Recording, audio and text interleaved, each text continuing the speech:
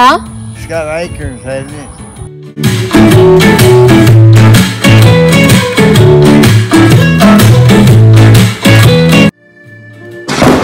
Lakas ng kidlat.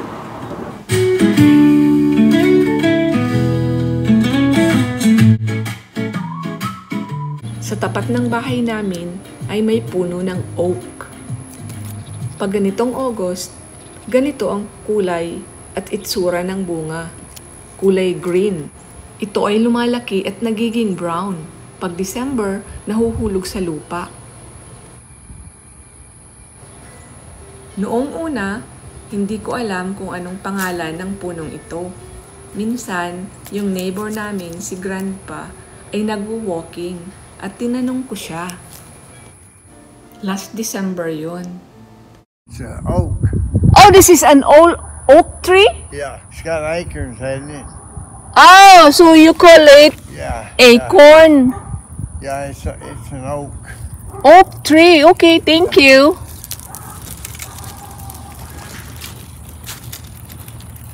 So, ito pala ay oak tree. And ang tawag dito ay acorn. Ang acorn ay may seed sa loob. Ang acorn ay kinakain ng squirrel, usa at mga ibon. From the oak tree. Oh, tie a yellow ribbon on old oak tree. Kaya gagawin ko siyang Christmas decor. Di ba ang ganda? Gawin ko siyang parang bulaklak na pang dekorasyon sa Pasko. Nagkataon pa naman, last December, na sa bahay gaganapin ang Christmas party nila Daddy, mga OR nurses. Kaya excited ako na mag-decor. Oh!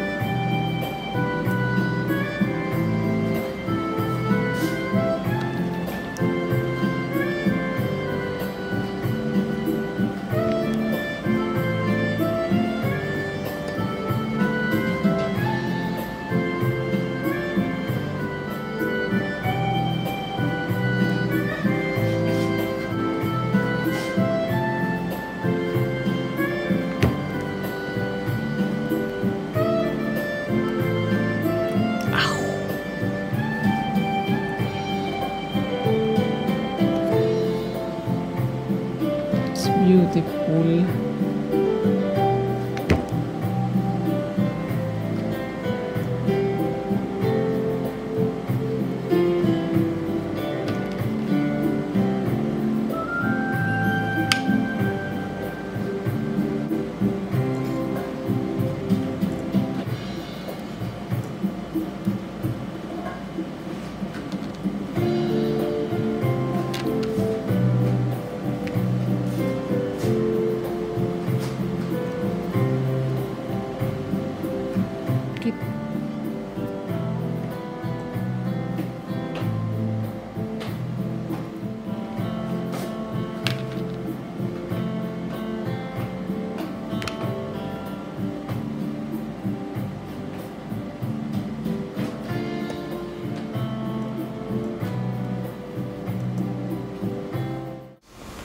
Ilang taon ko rin hinahawak-hawakan at hinihipo-hipo itong mga acorn na ito sa ilalim ng puno. Iniisip at ini-imagine kung ano kayang magandang gawin dito. At finally, naisakatuparan ko na rin. Ang ganda baga oh!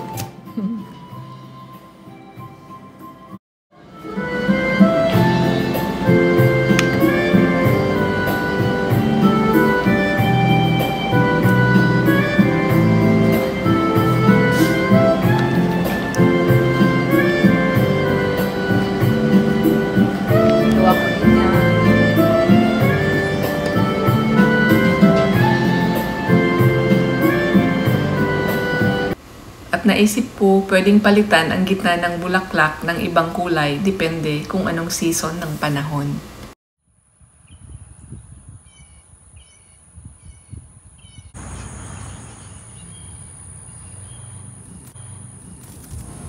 Good morning sa mga subscribers and viewers. Today, naisipan kong mag-vlog habang nagwo-walking. Ito ang aming simple at maayos na neighborhood. Maraming puno, maririnig mo pa rin ang huni ng mga ibon. Malapit na ako sa entrance ng aming neighborhood. Merong median strip garden in between ng entrance at exit. May 2 lanes going in at 2 lanes going out.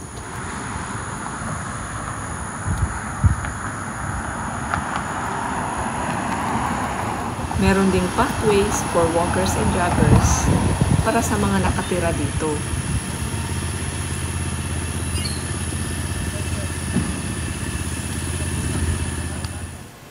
Silang nagme-maintain at nagkakat ng grass. Kaya ganito kalinis at kaganda ang paligid.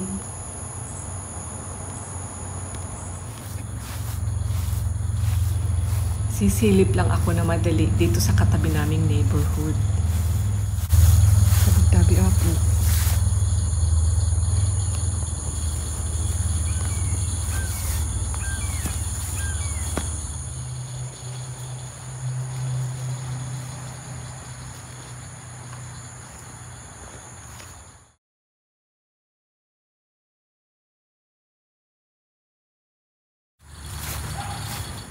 Balik na ako, may bumatok na aso. Ano kaya yung halaman na yan? Kakaiba ito ah. Ito naman, parang nito. Ginagawa naming sing-sing sa Matango nung kabataan namin.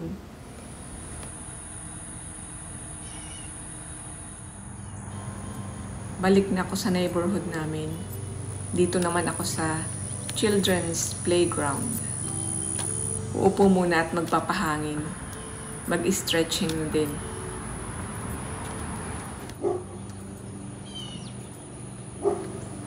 Ang ganda sa pakiramdam pag pinapawisan. Nag-i-stretching ako before and in between ng walking bago pa mag-cramps ang binti ko. At habang ini-stretch ko siya, dinuduyan-duyan ko na rin ang legs ko. At ang napansin ko, hindi lang naman yung binti ang nai-stretch, pati yung paa, yung arms, yung kamay, at yung likod.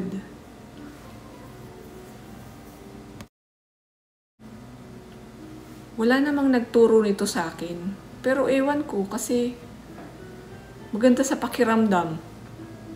Kuminsan kasi, kung nakikinig tayo at pinakikiramdaman natin ang ating katawan, yun ay nakakabuti. Ito pa, 1 leg stand para ma-maintain at ma-improve ang balance ng katawan.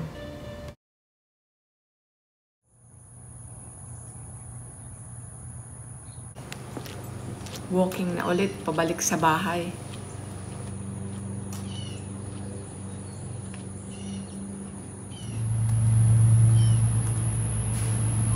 Bago ito ah. Ano kaya ang ilalagay dito? Sliding glass.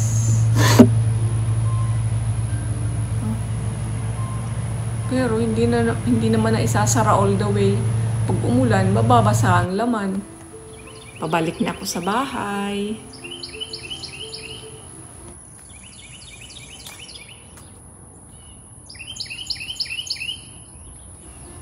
Nakaka-relax talagang pakinggan ang huni ng mga ibon para akong idinuduyan.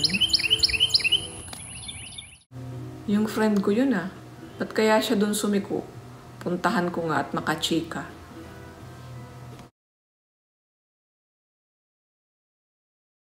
Go past the car down there and you'll see a whole area. Really? Yeah. Oh, So, my. yeah, they've been So doing, how come they are blaming the Xfinity first? I don't know. but I don't think it's not as The it's- Xfinity was last year. Exactly. It was done. I think they're trying to say that transformer up front, that big box, like who has one? Like that one? See the big green one Yeah, right there? yeah, that Okay, one. so up there in the front, just before the sign, there's one. And if Oh, you yeah. look on the ground, there's Uh-huh. like some oily, there's something. It's not wet like water. It's something else. It's been leaking. And I think that's what they're trying to say they did last year. Oh. Yeah. So I don't know. But other than that, these people are the ones been doing. So the recent one who kept digging the soil Yeah. was That's the them. culprit. I think I saw some of them In our area? Yeah, I just seen the truck.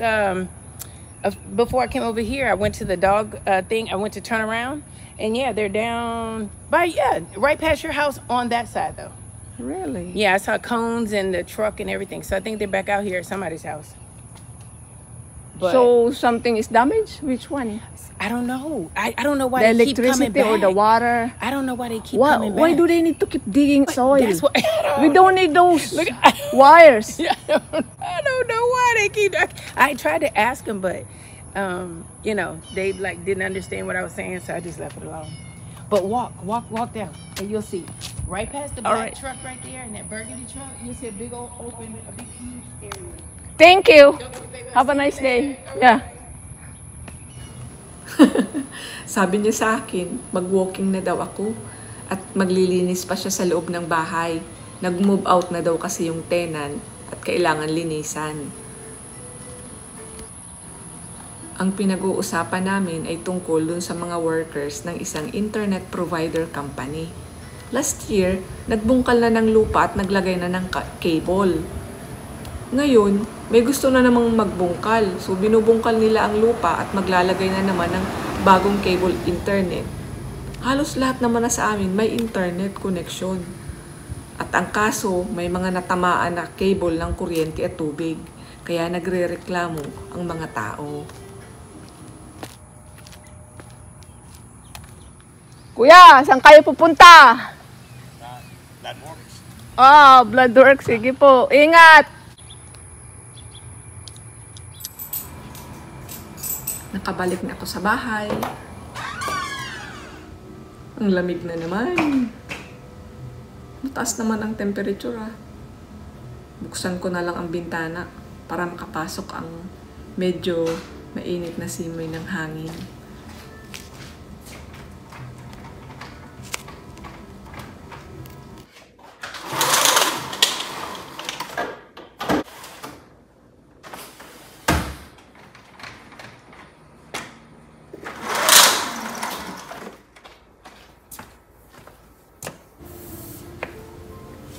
Kakapasok ko lang, biglang naging cloudy.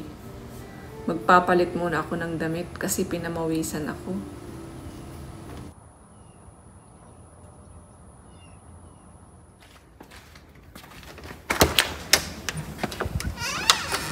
Ang hangin.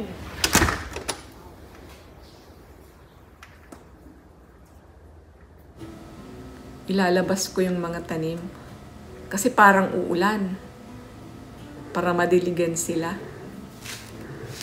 Paiba-iba na ngayon ang panahon. Kaninang umaga, ang ganda ng sikat ng araw. Biglang naging cloudy. Biglang naging mahangin. Kung minsan, nakakakaba din ang ganitong weather. Doon sa ibang lugar, nung mga nakaraang simana, may tornado alert.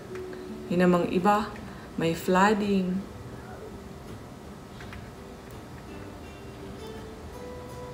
Awa ng Diyos, wala dito sa amin ganyan. Ipalayo. Thank you, Lord. Praise God. Wala kaming ganyan dito.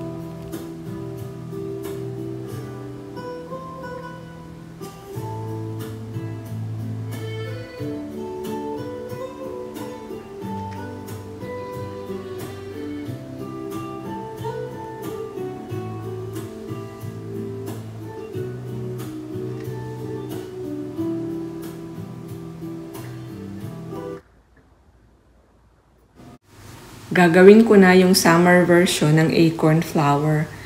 Yung pula sa gitna ay papalitan ko ng puti.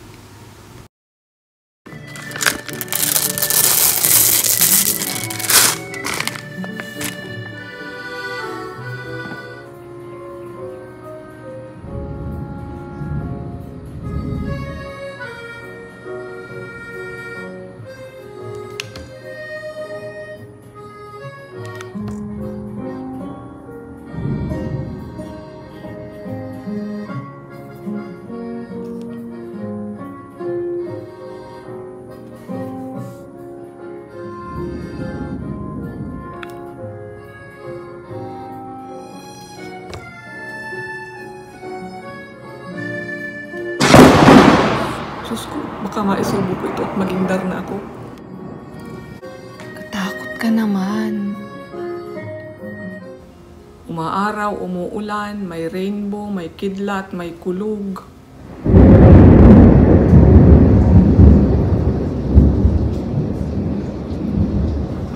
Ang rainbow ay create ni God after ng flood nung panahon ni Noah. Nakasulat sa Bible, and God said, "This is the sign of the covenant that I will make between me and you and every living creatures that is with you for all future generations. When I bring clouds over the earth and the bow is seen in the clouds, I will remember my covenant that is between me and you and every living creatures of all flesh. And the water shall never again become a flood to destroy all flesh."